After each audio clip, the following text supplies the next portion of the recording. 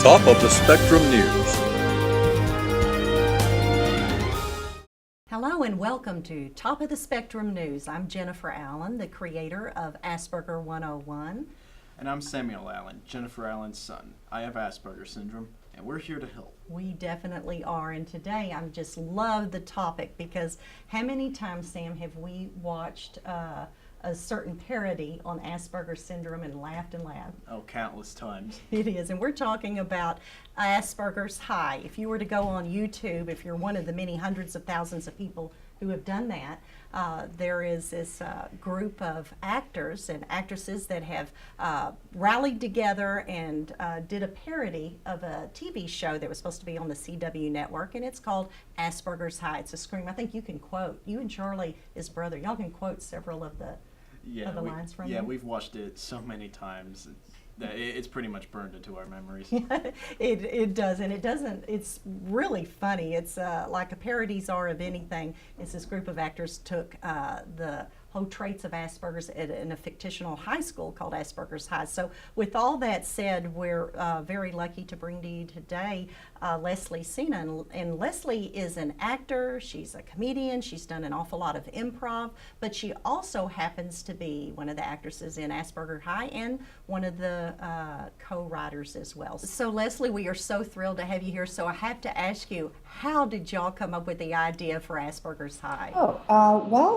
It was my co-writer Ben's idea. We were all part of a sketch group called Extreme Tambourine, and we would do a monthly show, and usually we'd have a video at the show. So we were sitting around and thinking of ideas, and Ben wanted to do a high school parody. And I'm not entirely sure where it came from, but the Asperger's High came up, and Ben and I both thought that was really funny, so we ended up writing it together. I know at the time, this is 2010, there was an article by a TV critic named Alan Sepinwall, and he was talking about Parenthood, the new show at the time, and about how Asperger's was coming up in a lot of television and how they would either talk about it directly or just sort of imply that a character had Asperger's. And we thought that was interesting. And then we thought that maybe the worst idea ever would be for the CW to do a 90210 type show about Asperger's. And so we wrote that. That is awesome. That's incredible. And I have a question myself. As an Aspie, I find the skit very hilarious. I laugh every time. And, especially like the scene where you like lean in and you say, brown eyes are dominant in humans. And, I find that really hilarious. But what I want to know is, how did you know, how to act like an Aspie, and how did you, all the other actors, how did you have them know how to act like an Aspie? Like, did you do research, or do you have family members? One of the actresses has a brother who has Asperger's, but a lot of it was we looked at a lot of videos on YouTube where it was teenagers with Asperger's talking about their lives. And honestly, we looked up things about symptoms, but we also, it's not completely accurate, obviously, and because there's a certain amount of television, like soap acting kind of mixed in with it, the sort of like the heightened dialogue and exaggeration. And so there are bits and pieces of things that were based on research, and then there are just bits and pieces based on the way we know that teen dramas sound. I have to ask you, anything, any stories, behind-the-scenes stories you can give our viewers while y'all were producing Asperger's High? Any funny stories? Sure. Yeah, share. We had almost no budget. We had our director, Jason Axinn, who's very good. I'd worked with him on a couple of different videos, and I remember we were trying to get a location, and we didn't have a school, so we shot most of it outside in a rec center in a park that just looked like a school, and then we made a whole bunch of posters, for pep rallies and things, and just hung them up and hoped that it would be good enough. I think we had to call it for rain. We shot the whole thing in one day, and one day it was just too cloudy, so we just decided to do it the next weekend. We shot the whole thing in one day. And then all of the interiors were actually in my apartment. We made an office out of just a guest room. I think one of the funny scenes that I liked on it was that when it was the lunch scene. And someone else would come in, can I have lunch with you? And then everyone is talking about whatever their interest is. And there's just one and then the other, then the other. I thought that was very, very clever. Was that a hard one to shoot? Did y'all have many takes on that one? Yes, it's the girl who is speaking originally wrote that to be about dinosaurs, but she knew so much about Final Fantasy that she's like, oh, I could just talk about this forever. And so we're like, well, why don't you talk about that? That would be best. I know we looked up a lot of things that might be good, like, and sort of different things for people to be interested in or obsessed with. And then we just looked up a whole bunch of details about knights, and then originally dinosaurs, and then camera models. I went through a period where I was just really interested in the movies that J.T. Walsh had been in, so that part was me. I knew all of those movies. And the actors did a really good job of just really knowing about what they were going to speak about, just being able to rattle it off very, very quickly. A good job. They act completely OCD, didn't they, Sam? Yeah, On each one of completely. these. I thought that was funny. Also, let's see, once it came out, what was the reaction from the community? I would assume you would get both, or get some comments maybe that would be some people offended.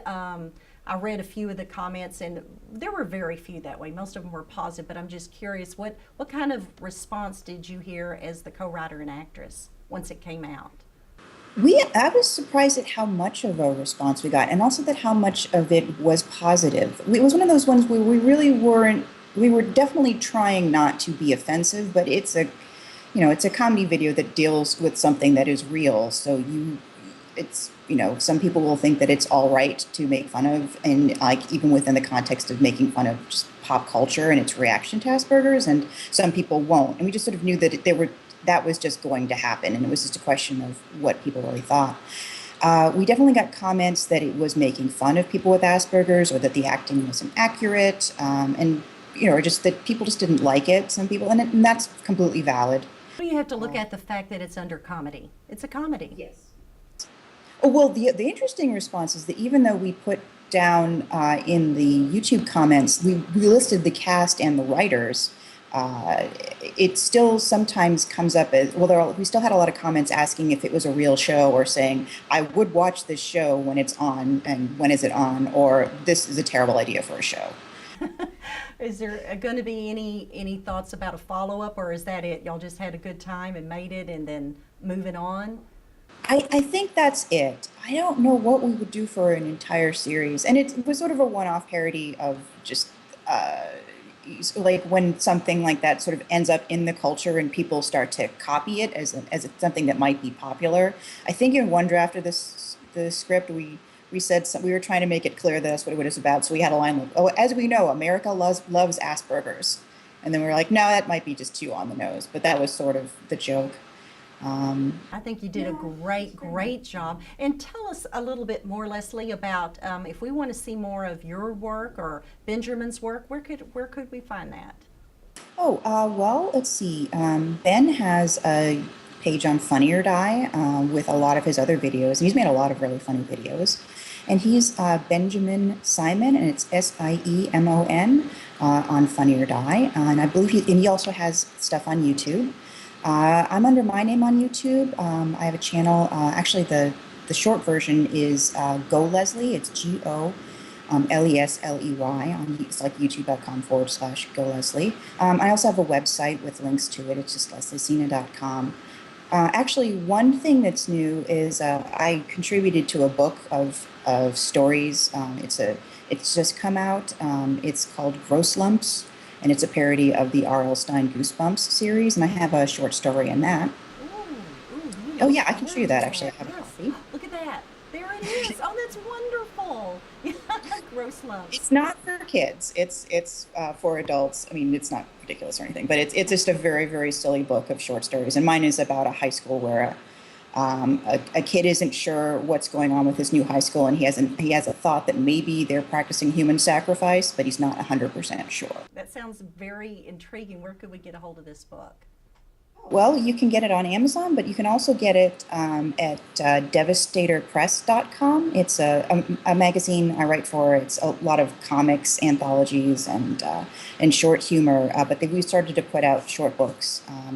You can get it at a lot of Comic-Cons. We'll sell it there, but the best place is probably devastatorpress.com. Okay, we'll have that information and that link available to everybody that's watching just below this interview on Asperger101.com. I'd like to thank you so much, Leslie, for joining us. That is, it is fascinating. We've been wanting to have you on. It's a hoot. We think it's funny. I think most people in the Asperger community do as well. So kudos to you and to everybody involved.